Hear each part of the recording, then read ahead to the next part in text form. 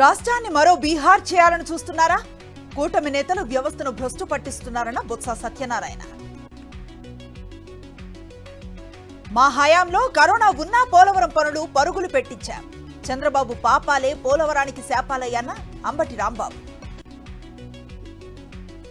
ఆ రెండు ఢిల్లీ పార్టీలు తెలంగాణకు సవతి తల్లులే. కాంగ్రెస్ 420 హామీలపై అడుగుతూనే ఉంటామన్న కేటీఆర్.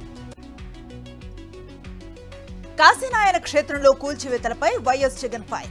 కూటమి ప్రభుత్వం వచ్చాక ఆలయాలు హిందూ ధర్మంపై దాడులు పెరిగాయని tweet. 10th paper leakage mass copying పై నిరసన. గుంటూరులో విద్యాభవన్ ముందు ధర్నా చేసిన వైఎస్ఆర్సీపీ విద్యార్థి విభాగం. కాకినాడలో కదం తొక్కిన నిరుద్యోగులు. కానిస్టేబుల్ ఉద్యోగాలు భర్తీ చేయాలని భారీ ర్యాలీ. స్మార్ట్ మీటర్లతో ఉపాధిని కోల్పోతాం. ఏపీ ఈపీడీసీఎల్ ఆఫీస్ ముందు మీటర్ రీడర్ల ధర్నా. బాపట్ల జిల్లాలో షిప్ బ్రేకింగ్ యూనిట్ పద్దు. కాలుష్యంతో జీవనోపాధి దెబ్బతింటుందని మత్స్యకారుల ఆవేదన. జీతాలు పెంచి రెగ్యులర్ ఉద్యోగులుగా గుర్తించండి. మంగళగిరిలో ఎన్టీఆర్ వైద్య సేవ ట్రస్ట్ ఉద్యోగుల ధర్నా. కర్నూలు జిల్లాలో కూటమి ప్రభుత్వానికి బిగ్ షాక్.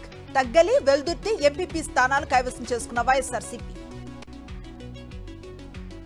రాష్ట్రంలో కూటమి నేతల అరాచకాలు పెచ్చుమీరాయి. ప్రజల్లో ఇప్పటికే తిరుగుబాటు మొదలైందన్న లేళ్ల అప్పిరెడ్డి. అనంతపురం జిల్లాలో తీవ్రమైన తాగునీటి సమస్య. ఖాళీ బిందెలతో రాస్తారోకో చేసిన మహిళలు. సీఎం చంద్రబాబుకు ఇచ్చిన ఐటీ నోటీసులపై ఏం చర్య తీసుకున్నారు? కేంద్ర ఆర్థిక మంత్రి నిర్మలా సీతారామన్ను ప్రశ్నించిన YSRCP MP YV Subbareddy. Gold smuggling కేసులో రాణ్యారావుకు మళ్లీ చుక్కెదురు. మూడోసారి బెయిల్ పిటిషన్ తిరస్కరించిన బెంగళూరు సెషన్స్ కోర్టు. త్వరలోనే భారత్కు రష్యా అధ్యక్షుడు వ్లాదిమిర్ పుతిన్. యుక్రెయిన్ సంక్షోభం తర్వాత తొలిసారి ఇండియాకు రాక. Dubai crown prince Sheikh Hamdan 4వ కూతురుకు హింద్ పేరు తన తల్లికి గౌరవ సూచకంగానే ఎంచుకున్నానని ప్రకటించిన ప్రిన్స్. ఇవాళ Sunrisers Hyderabad Lucknow super giants match.